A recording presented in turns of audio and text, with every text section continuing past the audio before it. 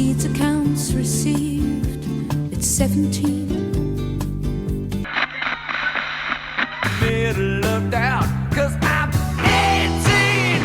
I get confused every day. Where the hell am I? E19. All around the world you can hear them. Hey, hey, hey!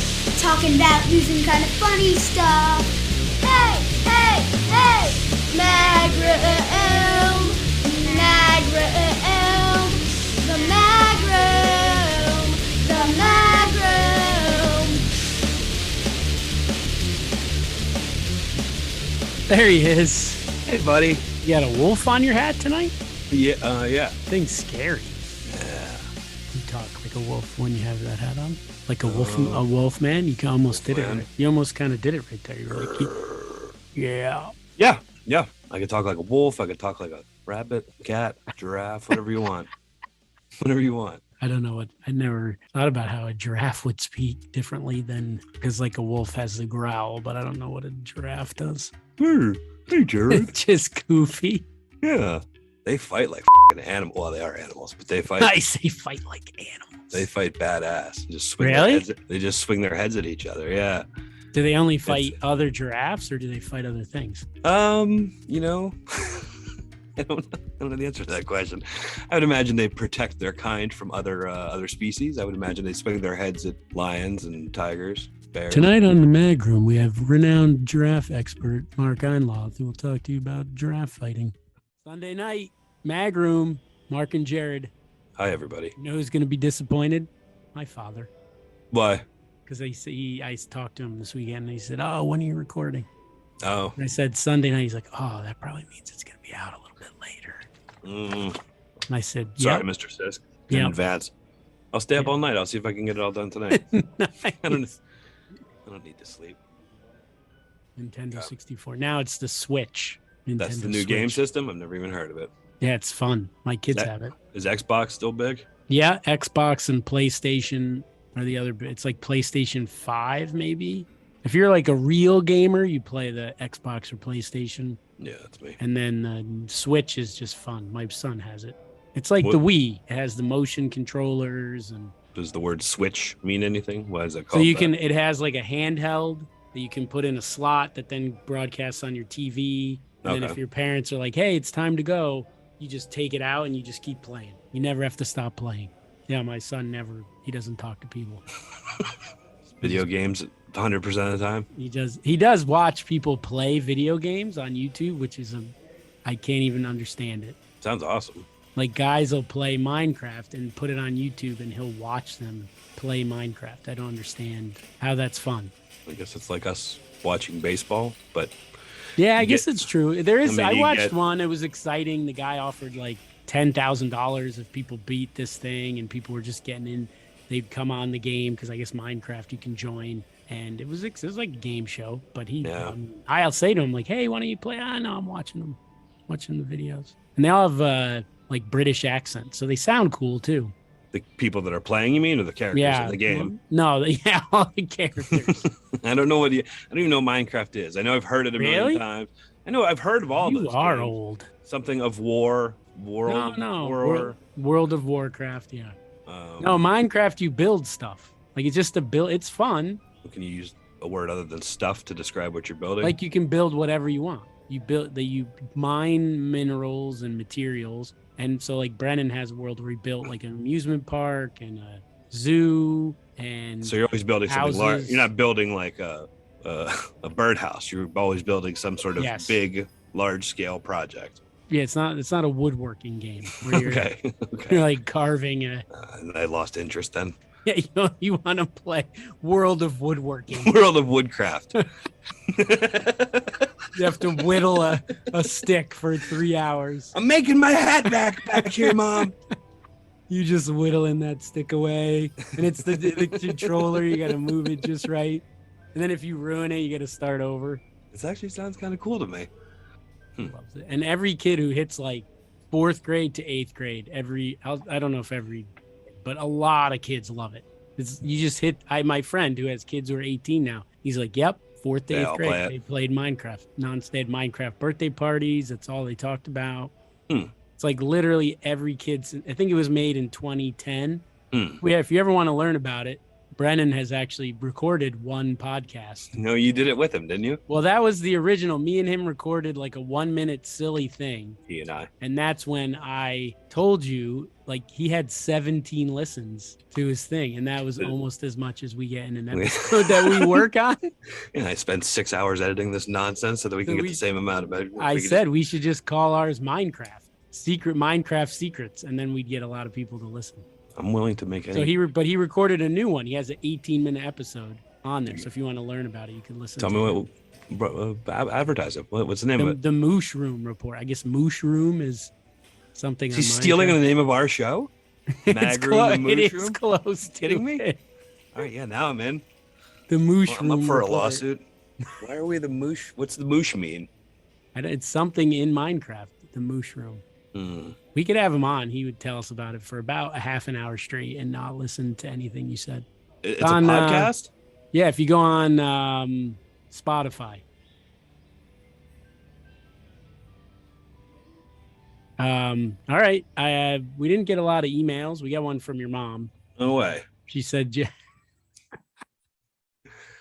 she did say, I assumed you would like me to wait until your sewing machine was repaired before I returned it to you. So right. I assume, and then you got it. You told me you got it. So you're back in business. No, I don't have it yet, but it's done. I called the place and they said it's your done. Mom's still avoiding you because of the ball thing. I called them this morning or afternoon. They were like, it's been done for 3 weeks. What do you mean? I was doing some yard work today and I was leaving my house to go get something to eat. And I called my mom and I said, hey, you guys, there's a diner near them that they go to a lot. So I was like, hey, well, you guys want to meet at the diner? I was going to go get some lunch. And she's like, oh, we're actually there right now, but we're leaving. I swear to God. And I was like, what? And she said, they're going to, and this is something they wouldn't be doing. They were going to some event in their condo association complex for somebody that's moving out. I was like, there's no way Dad wanted to go to a going away party for some strangers that just exactly. So I don't know. I didn't. Oh, Mark, sorry, we have to go to this weird. They were at the place I was going to. You can't just hang out for another 20 minutes. I'll say hi. Whatever. Fine. I had a big party to go to. When you're at a retirement community and you're moving out, does that mean you can't handle yourself anymore? I think it means you're about to die. Is that the end? Mm-hmm. Yep. Another reason you wouldn't want to go to it. So I went and ate alone, and then I did yard work alone, started a bonfire in my yard alone. Thought about your sewing machine alone. Thought about my sewing machine and all the projects I could be doing right now.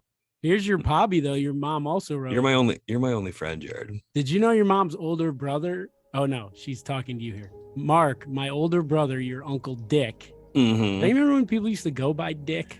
When did Dick become the... I don't know. Somewhere in between 1970 and 1985. Is when it became a non-usable sobriquet for... Because there's a lot of people were born before 1970 that go by Dick. I mean, I guess you'd never know if anyone was really calling you a dick, so you'd be excited about that. You'd just be excited, like, yeah, I'm a dick. Simplifies you, yeah. I'm Uncle Dick. I've always been a dick. I've always been a dick from day one. I was Dick right from the get-go. It's like came out of my mom. I was a dick. Hey, you're talking to a dick, a lifelong dick here. So I guess he had homing pigeons. Yeah, I forgot about this when we were talking about it. What does that even mean, though? What's a homing pigeon? You keep them and they go out and do stuff and then come back to you. What's the stuff that uncle run errand for you? Was your uncle spying on people with his pigeons?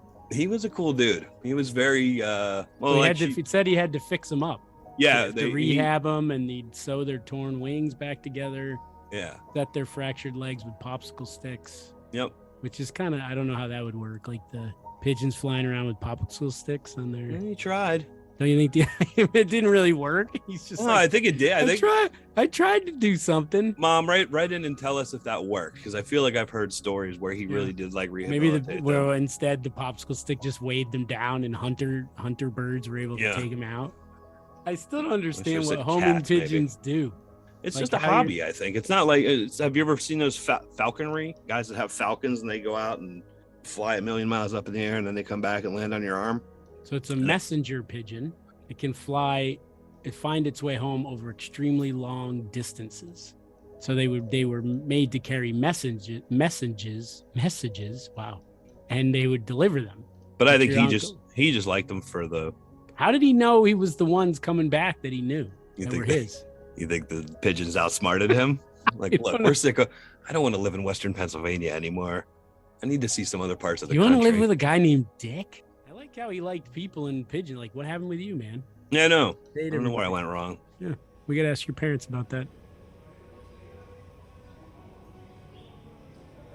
Should we do the coolest person alive? Oh, sure. I didn't prepare it all this week. This is all up to you. I have a think a good one. Okay. Do we sing again? Let's just sing the first song, the first line.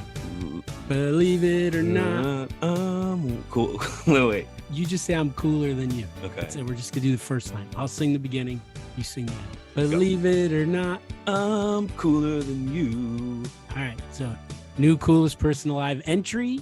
It was on November 18th, 1985. Calvin met Hobbes. As the first appearance of this legendary comic strip shows, Calvin sets a trap for a tiger using a tuna sandwich because tigers will do anything for a tuna fish sandwich. Sure enough, hanging by one foot and munching on the sandwich, Calvin's freshly caught tiger confirms this. Exactly 10 years later, the comic's elusive creator, Bill Watterson, abruptly called it quits despite the comic's extreme popularity. How did it come together? Why did it last only a decade? And what has Watterson been up to in the over 2 decades since he retired at the young age of just 38?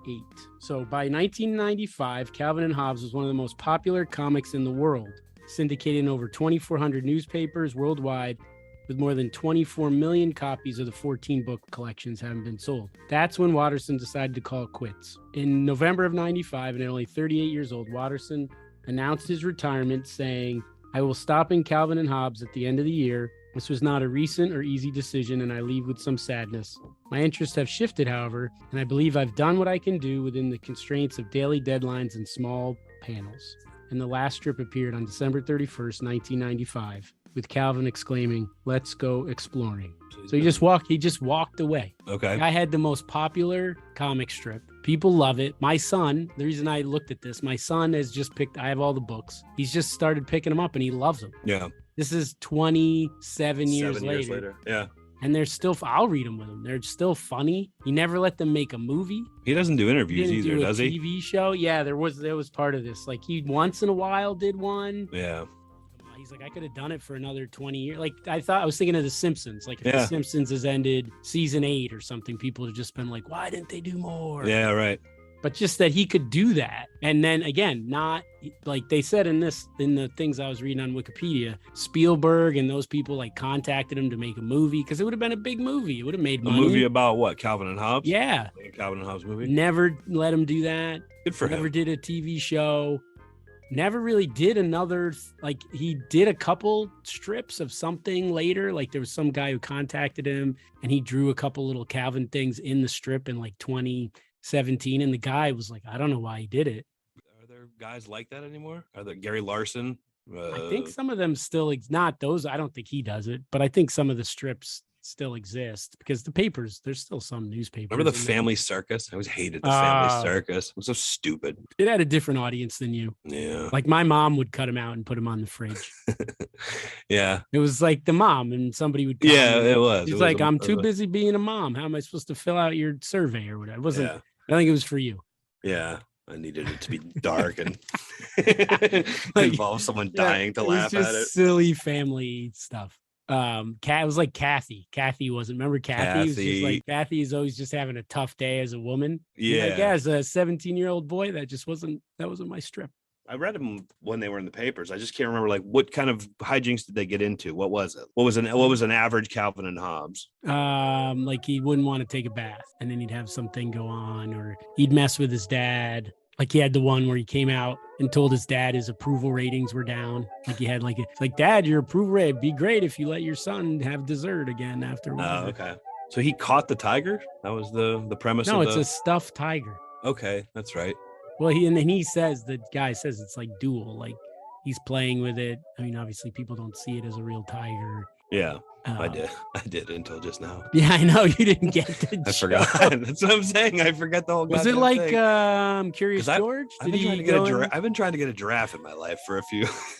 Did it go into details about how he got the tiger into the states legally? The old comic strips to try to figure out how to get an animal in your house.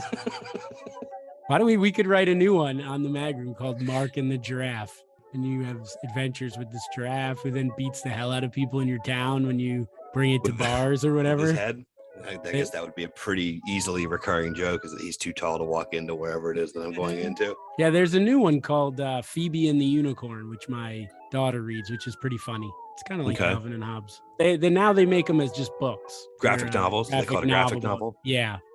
But again, just that idea that the coolest part was that like he had enough money. He obviously is doing fine. No, that's awesome. And he didn't cash in on the, like he could have made hundreds of millions of dollars, I'm sure, out of movies, and like he never licensed anything. So you can't really buy Calvin and Hobbes stuffed animals, or some people made those like stupid t-shirts that weren't real, like with him pissing or whatever. Right. But there was no like licensed t-shirts. They totally would have sold those. No, he's just like, I'm making the comic strips, I'm making the books, and that's it. And that adds to the longevity. It gives it an air of mystique and and that it was just good the whole time. So people want more. They're like, I want more, and he's like, nope, done. Yeah. So I thought that was just cool. So another chance at coolest person alive. Where are we going with this? Eventually, are we going to name a coolest person alive? Is there going to be one guy that we're like? No, we're going to define what we think makes someone cool. The next one is a Susaras. Why do you have that weird European Susaras? Isn't it just Susaras? Susaras. Yeah, yours sounds evil. It's just supposed to be rustling. Oh yeah, I should keep my voice down. People on the prowl for a new podcast to consume often go for a stimulating option, like a political debate, or a true crime mystery, or the mag room to quicken the pulse. But when the din of the world becomes too much, listeners often need the opposite vibe, something soothing and sedating, maybe with the sound of static or falling rain. Enter, quietly on tippy toes, the white noise podcasters. Oh, that's like us. While the top of the podcast charts on Spotify and Apple are still dominated by garrulous, jaw-boning hosts. These days, you can probably find a smattering of white noise shows appearing in the mix. Relatively new to the podcast scene, these tranquil programs have names like Calming White Noise, Best Noise Labs, and Deep Sleep Sounds. I did interview this one guy named Todd Moore, a Florida Keys resident. Ooh. He said his white noise show now gets around 50,000 listens per day. I hate him already. Why do we only have 30 listeners? Moore and his white noise team, yes, he has 5 employees and contractors. Are you kidding me? Offer a subscription plan, but most people listen to the free ad-supported version. He has 5 employees? Because Moore doesn't want to interrupt the calming aura of his show. The ops include only pre-roll ads. Anchor manages the commercial load and pays Moore $12.25 per 1,000 listeners, which adds up to about $600 a day, or about $18,000 per month. Really? For a white noise podcast? Yes. What is white noise? Just like the sound of... What? Wait, what? How is his show? I'm sorry, I'm being less susurrous than I should be. Is his show just? His show's not just the sound of static, is it? It is. No, it's not. Yep. He makes $18,000 a month publishing Walt Disney a static. Employee made a show called for his baby son called 12-Hour Sound Machines, No Loops or Fades. That year, he created 3 free episodes filled with hours of static noises. Now, 3 years later, around 100,000 listeners play his show daily. Kidding me? And this was the quote I thought you would love. The amount of production that goes into some of these podcasts, the production value, and then for this silly noise that plays for 12 hours to be in the top 100 feels crazy. People are absolutely devouring it. I want to kill all the people in this story. Susaras. They make $18,000 a month. It can't be. It's not white noise. They're recording something, aren't they? Do you want me to find it and play it for you? It might just make me more furious than I already am. I'm not sure. I think it will. Here it is. Do you hear it? I do hear it. Yes, it's making me furious. It is doing that. Yeah. This is $18,000 worth of wow. We're adding to his listenership. I know, right? Although this is the guy who doesn't charge. He doesn't shower? No, he doesn't. We can't hear each other. What? What did you say? He doesn't. How do you know he doesn't shower? He doesn't charge for it. Oh. He said he could make a lot of money, but he doesn't. I could make a lot more than the Magroom podcast that's already lost He didn't say that, did he? hundreds of dollars. Fucking dick. Does he have t-shirts? I bet he doesn't have t-shirts. That's amazing. Why don't we just start doing that? So he could have instead we could have This guy's bringing stories and me confessing that I want to eat human flesh and becoming an outcast. I got one more. It's a Dear Muga. Okay. Dear Muga. All right, this is about a birthday. Okay. I told my mother, so Dear Muga. I'm not going to read the title yet because it's going to get into it in a second. I told my mother about my plans and she made fun of me. My husband is okay with it, but he is a chill guy. I'm already known to be eccentric by my friends, so if it were only them at the party, I wouldn't think twice. But since 30 is an important one, my family is coming too. I'm scared of what they will think of me. I've always tried to make them proud, especially my uncle, and I know they expect me to be somewhat mature by now. So what kind of party do you think this person wants to have? So it's a 30-year-old with an immature party. Is it real weird or is it just kind of weird? Just kind of weird. Like anime, something having to do with anime. No, that's a good guess though. Video game, a gaming type of party. Yeah, I think that one would be all right, actually. I think people would understand. Think of what birthday party Teddy would want to have. Dinosaurs. I find it deeply unfair that only children can get dino parties. I've loved Dinosaur. Deeply unfair. Listen, I hate your stories, man. I hate these people. Listen to Why this. is it unfair? I've loved dinosaurs for way more time than they have. Cool. That's why it's unfair. No, all right. It's because they're children and they haven't had the amount of time on Earth that you have. Any advice on how to proceed? Should I change to a less childish theme or should I stick to it? Thanks in advance. All right. You know what? Stick to it. Go for it. It's your birthday. You get to do whatever you want. Any advice on how to talk people into coming? Yeah, anything he should do? Like, should he surprise people with it? They just show up and there's like, hey, some guy dressed as a dinosaur, or does he send like or don't even address it at all. Just wear the dinosaur suit. Don't even say anything to everybody. Why are you dressed like a dinosaur? Like, oh, I didn't even realize I had this on. Do you tell people to dress as dinosaurs? Yeah. Isn't that what you want? If you throw a dinosaur themed party, don't you want as much dinosaur stuff going on as possible? But do you think fewer people would show up? I think a lot of people might show up just to see what that's an adult dinosaur themed party is like. What would a dinosaur themed adult party be like? I thought it would be people dressing up. Cake is in the form of a dinosaur or or a pterosaur. The planet as it looked, however many million years ago that was. So an Earth cake. Earth cake, pretty good name right there. You already stumbled onto something cool, isn't it? Earth cake. That's cool. I like that. And I don't know. Have an Earth cake on your birthday day. Yeah. Well, maybe you should have stopped when you were ahead. Maybe, I don't know. Maybe they do. They play only songs by the band Dinosaur Jr. Dinosaur Jr. Or walk everybody. Everybody walk the dinosaur. Yeah, that was not was. Was not was. Dinosaur Jr. was cool. Such a bad band name. Was not was. Yeah, those. Everybody do the What movie was that in? I don't remember it from a movie. It was like at the end of a movie. Dinosaur Jr. was a cool band, though. Feel the Pain. That was a cool song. Yeah, I don't know if that's good for like a birthday party though. No.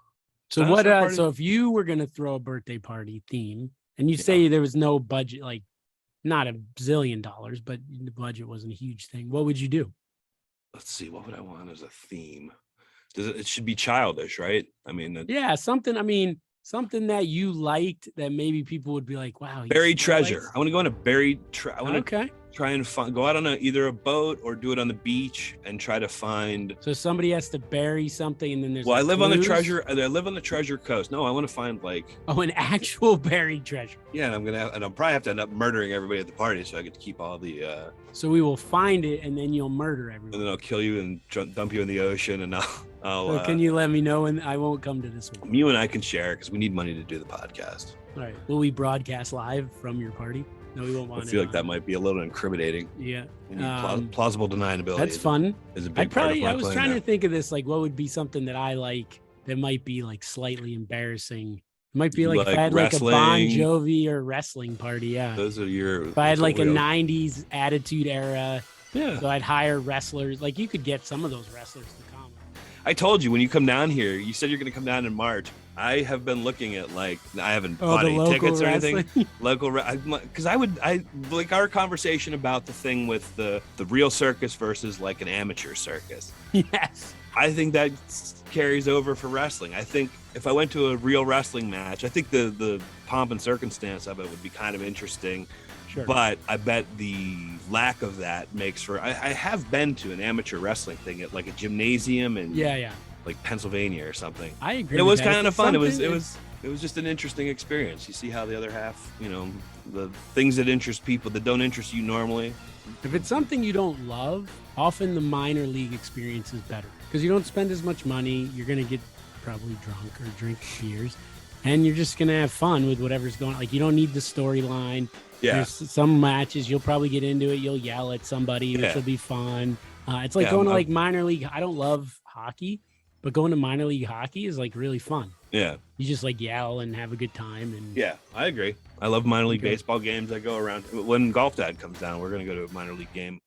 You're gonna go to Savannah Bananas? No, Port St. Lucie Mets though. Oh, nice. You're gonna give me some prospects. Who's some prospects? The Jupiter team is out of town. The weekend he's here, but when they're out of town, all they're up is in Port St. Lucie. So it's a 40-minute drive. I've never seen a game at the Port St. Lucie Stadium, so I'm kind of psyched to go check it out. Yeah, it's nice. They just redid it a bunch. Really? I've been there a few times though when it was older.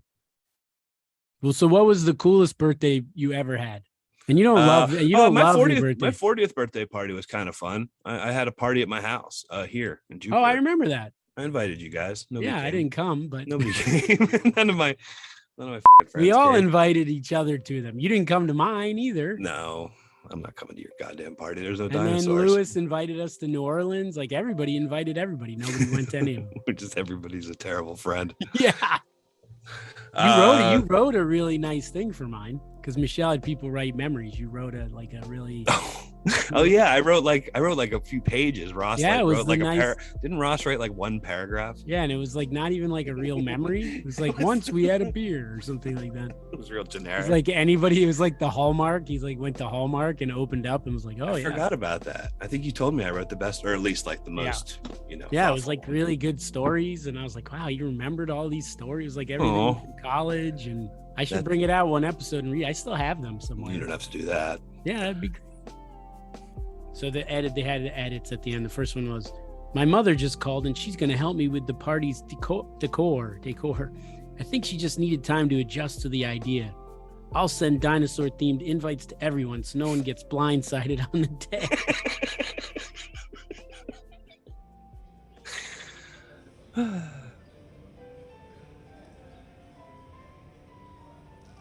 All right. Anything else?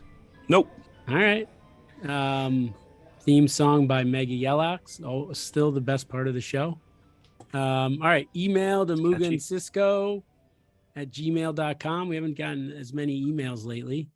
Maybe we haven't made Corcoran mad or thanks to your mom who emails every week. Gives us good stories. Oh, Uncle Dick. Rest in peace, Uncle Dick. Oh, Dick's dead? Yes. Oh, that's sort of an sad end to the story. Should I not have mentioned that? I don't know. You can. Yeah. It's true. It's part of life. Yeah. Circle of life. It was a good egg. Did he just die normally or was there something? He was dropped by a pigeon. He was trying to fly from Pittsburgh to Akron, Ohio with nothing but pigeons holding him. And the one with the popsicle leg dropped him. He died doing what he loved best. Peace, Uncle Dick. Hanging out with Suits the, are- with the homie pigeons. Oh, He said, that's "Take me sad. home, take I me don't know home, why. pigeons." Why am I laughing at that? At the tragic death of my uncle. Yeah, it's so sad. It's a little crazy that you're laughing at I it. know. Your family's just gonna hate me more. All right. Be sure to All leave right. this one in. Nice. Yeah, you will. You got to build your cred back up after after the meatballs.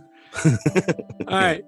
So maybe your parent used to Maybe I want to eat human meatballs, but don't laugh at my friends' relatives' deaths. I didn't. To the point Mom, of tears. I didn't laugh at Uncle Dick's death. At least that I might want to eat some human meatballs, but maybe you can invite me to lunch and we can talk about how Jared laughed at Uncle I hope I Dick's get to have death. lunch with him next week. We can go for a free lunch. Fucking sister's not gonna buy anything. Oh, that's a great end. All right. Stick with the mag room. And everything else is cream cheese. Cream cheese. Ooh, ooh, I like my groom. I like my groom. Ooh, ooh, my groom is good. My groom is good. Ooh, ooh, I like my groom. I like my groom. Ooh, ooh, my groom is good. My groom is good. The my groom's good. Ooh, ooh, I like my groom. I like my groom. Ooh, ooh, my groom is good. My groom is good. Put down that chainsaw and listen to me